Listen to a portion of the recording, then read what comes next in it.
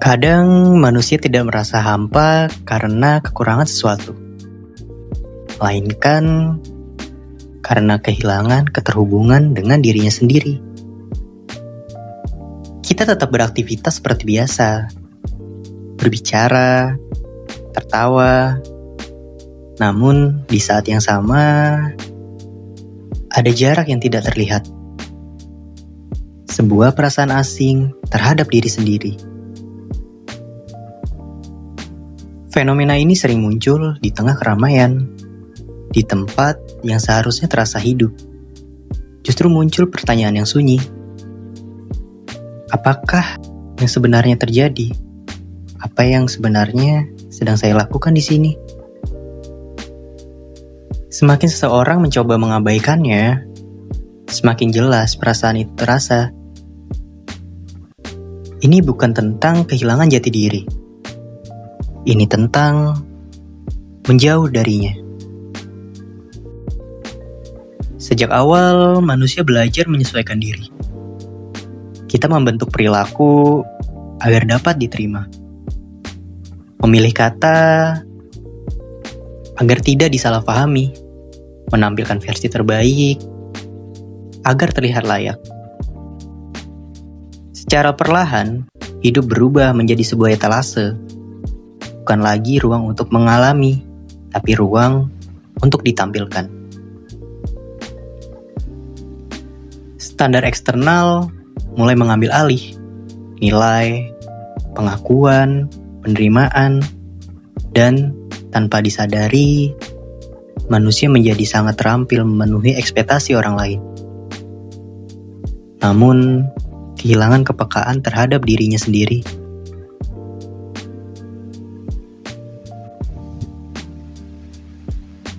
Kita merawat apa yang terlihat dan mengabaikan apa yang terasa. Dalam dunia psikologi humanistik, Carl Rogers menjelaskan dua konsep penting, true self dan ideal self. True self adalah diri sendiri yang otentik, sedangkan ideal self adalah konstruksi tentang siapa kita seharusnya menjadi. Masalah muncul bukan karena keduanya ada, melainkan ketika jarak di antara keduanya terlalu jauh. Semakin besar jarak itu, semakin besar pula rasa keterasingan yang muncul. Bahkan tokoh seperti Albert Einstein pernah menggambarkan kesepian yang tetap hadir di tengah keramaian. Artinya, kekosongan ini bukan kelemahan. Ini adalah sinyal bahwa koneksi internal sedang terganggu. Lalu muncul pertanyaan sederhana.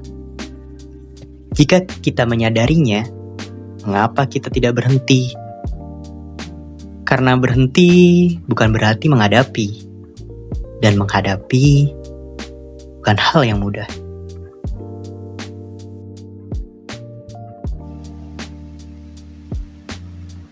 Ketika tidak ada distraksi, yang tersisa adalah pikiran yang selama ini dihindari.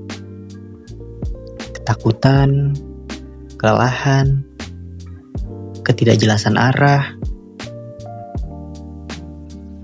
Untuk menghindarinya, manusia memilih untuk tetap sibuk, terhubung terus-menerus, namun tanpa benar-benar hadir. Ini bukan kebetulan. Ini adalah bentuk pelarian yang terstruktur. Dan selama itu berlangsung, jarak dengan diri sendiri akan terus bertambah.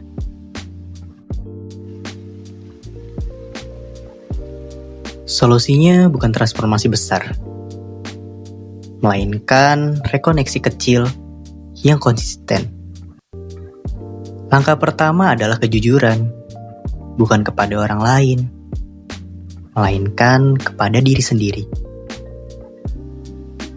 Mengakui kelelahan tanpa menyembunyikannya, menerima emosi tanpa memaksanya hilang. Kesadaran sederhana ini adalah awal dari kembalinya arah. Pertanyaan seperti apa yang sebenarnya saya rasakan, apa yang saya butuhkan, itu bukan tanda kelemahan, melainkan tanda bahwa seseorang mulai pulang. Manusia tidak benar-benar kehilangan dirinya kok. Semua ini yang terjadi hanyalah jarak. Dan masalah jarak selalu bisa ditempuh kembali. Selama kita ada kemauan untuk berhenti sejenak dan kembali melihat ke dalam, karena pada akhirnya diri yang asli tidak akan pernah pergi.